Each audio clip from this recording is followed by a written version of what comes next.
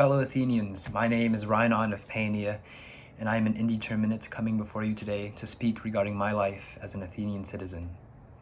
As the son of Charicles, a humble farmer from Paeania east of Athens, I grew up working the fields, growing mostly barley and oats, and tending the grapevines and olive trees. On the time that I had for myself, I spent much of it reading and reciting the words from Homer's The Iliad and the Odyssey. My father was proud of the work that we did. He considered us freeborn cultivators of the soil, the backbone of the Athenian city-state. I recall a memory of my father proudly taking down the shield from above the fireplace when Attica was invaded. I recall the image of him marching down with the other men, singing as they went off to war proudly as Athenians.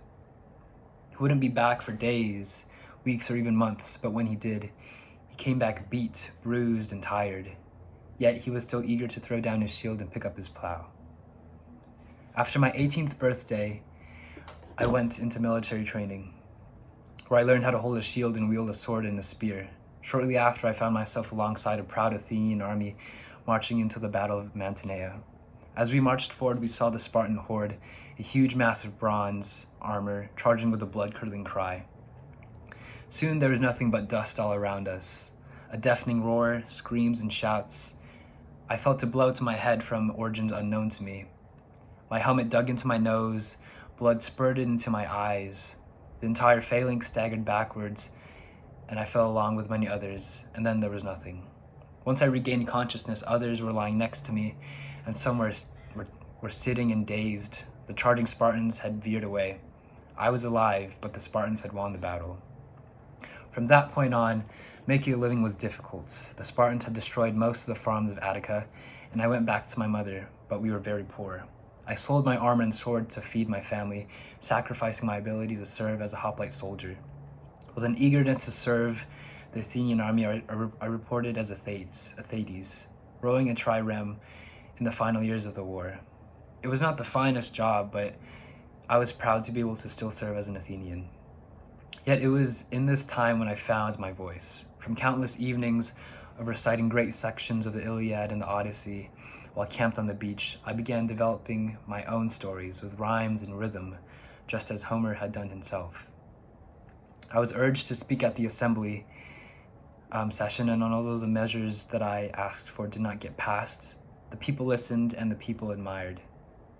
I did not have the means to attend expensive schools of the sophists like Gorgias, nor did I have time to hang out with the rich young kids who gathered about Socrates, yet I felt as if I didn't need any of it. This was a gift from the gods. When the Spartans had destroyed the Athenian fleet in Aegospotami and blockaded Piraeus, depriving Athens of imported food, many began to starve, and several Athenians proposed to arrange for surrender. I was furious. How could they give up as proud Athenian citizens? Filled with passion and rage, I presented the case, better be dead than to be ruled by Spartan dogs. But this wasn't enough to inspire the people. Soon the Athenians gave up. Critias and the 30 tyrants inaugurated their bloody reign of terror. I opposed them, but I couldn't do anything. It wasn't until Thrasybulus, the leader of the Athenian Democrats, announced his rebellion against the 30 when hope was restored. Wielding nothing but patriotism, I ran to their camp and volunteered for duty, where I was placed among some 120 stone throwers. We had the higher ground, and eventually Critias's men fell.